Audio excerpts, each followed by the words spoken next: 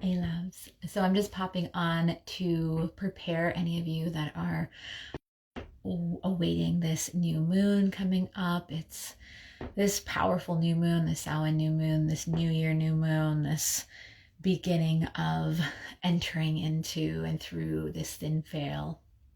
And I just want to share that in my experience with intention setting, there is definitely a way that you can interfere with putting spells out there and casting intentions.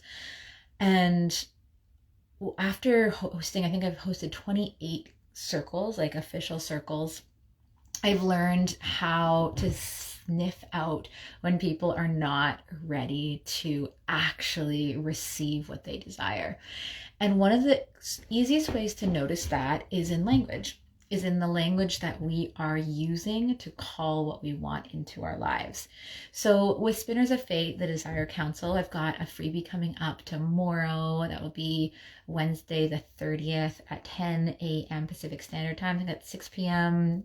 Europe time, or Eastern Central Europe. And then you do the math. You can register in my bio link. But what we're going to be getting at in this like taster session is just a little flavor of what I do in my bigger councils. But what I've noticed is that even with structure and a certain format that I give in the way of setting your intentions that I find the most effective, it's people still find a way of digging themselves into sabotaging holes. And that's why I've learned over the years that it's not enough to just set intentions and go forth by that. We have to do, or I believe I personally need to be responsible for doing the inner excavation that allows me to access the energy, access the desires that are inside of me that may be shackled by shame, may be shackled by beliefs and histories that I've experienced in this lifetime, lived experiences. And so kind of by going inside of our own lived story and doing kind of personal reorganization of what we think is even possible for ourselves, what we feel like we can even energetically, emotionally, mentally access, then when we get to the intention setting, then when we get to what I call declaration magic, because that's what it is. It's we're declaring something into this world. We're in Spinners of Fate. It's like you can either let fate spin you, or you can spin it, like you can weave the roving of your desires into what you desire in this life and cast that out onto the loom of the great life and let the fates be with your intentions. So what we're going to be getting into in the freebie I have tomorrow is I'm going to do a guided meditation where we'll go through and we'll do a kind of not an unshackling, but like noticing if there's any tangles that we can kind of coax out and move through, just maybe one tangle that's been placed that's interfering with having clear access to more of what you wish to invoke into this world.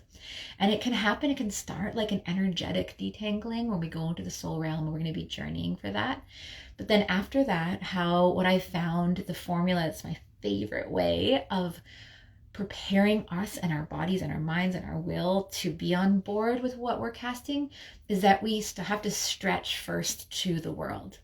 And so before we can speak to what we want and cast our own prayers, we have to allow our ability to expand to humanity and our energetic prayers to meet the planet in itself. So how this works in the mini format we're doing tomorrow is we'll do a little journeying, kind of personal de-hooking, making space for energy to flow through us and give us inspiration and new ideas and how to coax what we desire more into this world through our words and our language and our will. And then we're going to get into like a movement, a body, I call it like a move it into being kind of prayer.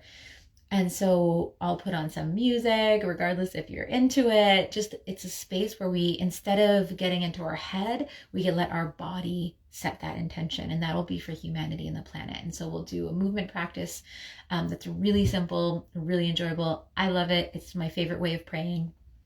And after we've kind of moved that will and that prayer through our body, then we'll enter into the council space.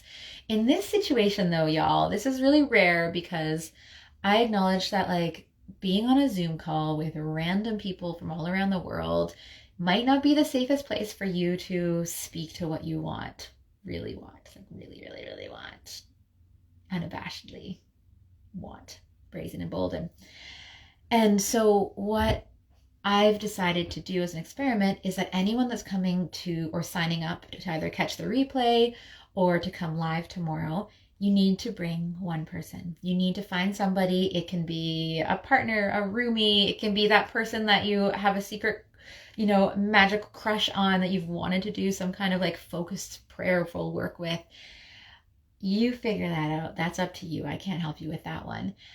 And part of it is like the magic of coming together physically and being witnessed and witnessing each other, and also getting to kind of share in the revelations that come up in a very physical way is, I believe, what lets our body start to stretch into the possibility of it. I think it's just a primal social thing. When our bodies feel like we're actually connected with someone physically and we're starting to like speak and be witnessed, it does something. So that's why I'm challenging everyone to have one guest. And the cool thing is you can download the recording. You could go into the forest as long as you have the ability to listen to the recording, and I would be your personal witch on the other end. And so if you want to save it until the new moon, which is on the 1st, which is really powerful, y'all, you can do it then. And it's also an opportunity for just you and your person to witness each other in the declaration magic format that I use for Spinners of Fate, because instead of having everyone witness, I'll put everyone on mute. So it will be a private experience. And then we'll call it a wrap. So it's a super like tangible, easy, maybe not easy for you. But it's a way of bringing this work to my global people. And it's also a way of keeping the integrity of having the in-person aspect to it, which is really kind of a non-negotiable. Even if I'm not there in person, you will have someone to be there and to bear witness to you, and vice versa. So check out my bio link. And if I have more time, I might share a little bit of our process before we start here. Okay, ciao.